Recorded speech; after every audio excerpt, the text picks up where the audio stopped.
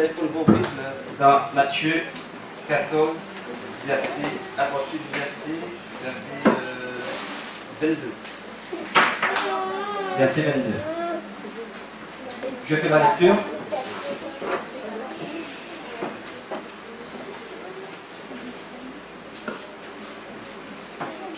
Ensuite, il obligea les disciples à monter dans la barque et à le précéder sur l'autre rive pendant qu'il reférait des foules. Après les avoir envoyés, il monta sur la montagne pour prier à l'écart et le soir venu, il était là seul.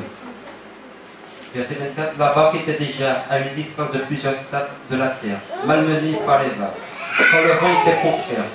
À la 4e veille de la nuit, Jésus alla vers eux en marchant sur la mer.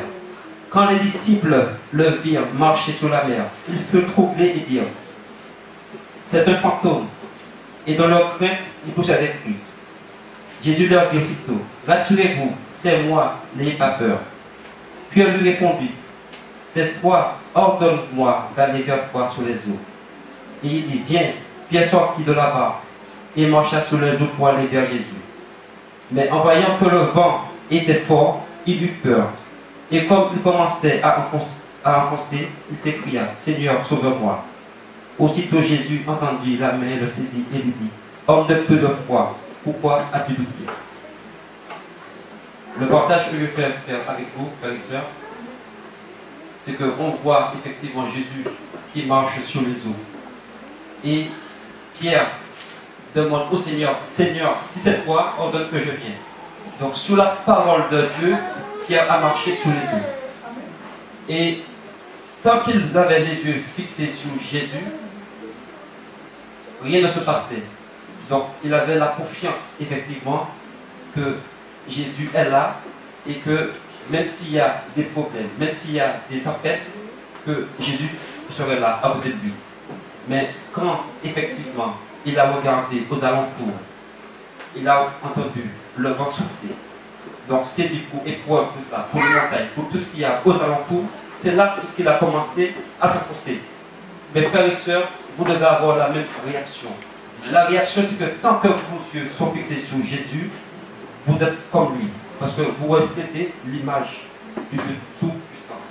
Et donc c'est pour ça qu'il ne faut jamais laisser tomber. Il faut toujours rester fermement accroché à la parole. La méditation de la parole, la méditation quotidienne de la parole, la prière, l'obéissance. Et là, vos yeux seront toujours fixés sur le Seigneur. Et rien aux alentours ne sera une chose de distraction. Donc, vous refléterez toujours la gloire de Dieu. Et hier, j'ai rencontré quelqu'un qui me disait, donc c'est quelqu'un qui est proche de moi, et cette personne, elle me disait: je ne t'aime pas. Je n'ai plus envie d'être avec toi, je ne t'aime pas. Donc c'est vrai que durant la semaine, on a partagé la méditation sur l'amour. Et justement, je pense à cela.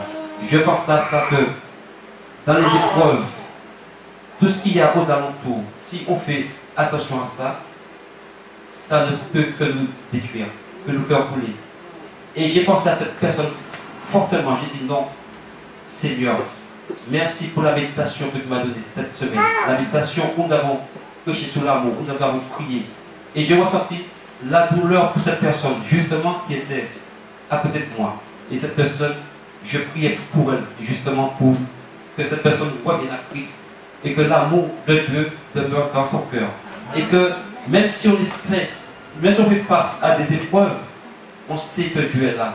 Et que l'amour de Dieu dans nos cœurs, cet amour impacte notre entourage. Amen. Et c'est ce qui est puissant, frères et sœurs. Et c'est ce qu'il faut faire. Il faut toujours demeurer à côté du Seigneur. Et vous allez refléter toute sa gloire. Amen. La nature de Dieu qui est en vous va impacter tous ceux qui sont autour de toi. Et les épreuves, les circonstances, tout ce qu'il y a aux alentours n'ont plus lieu. Voilà, c'est ce que je voulais partager avec vous.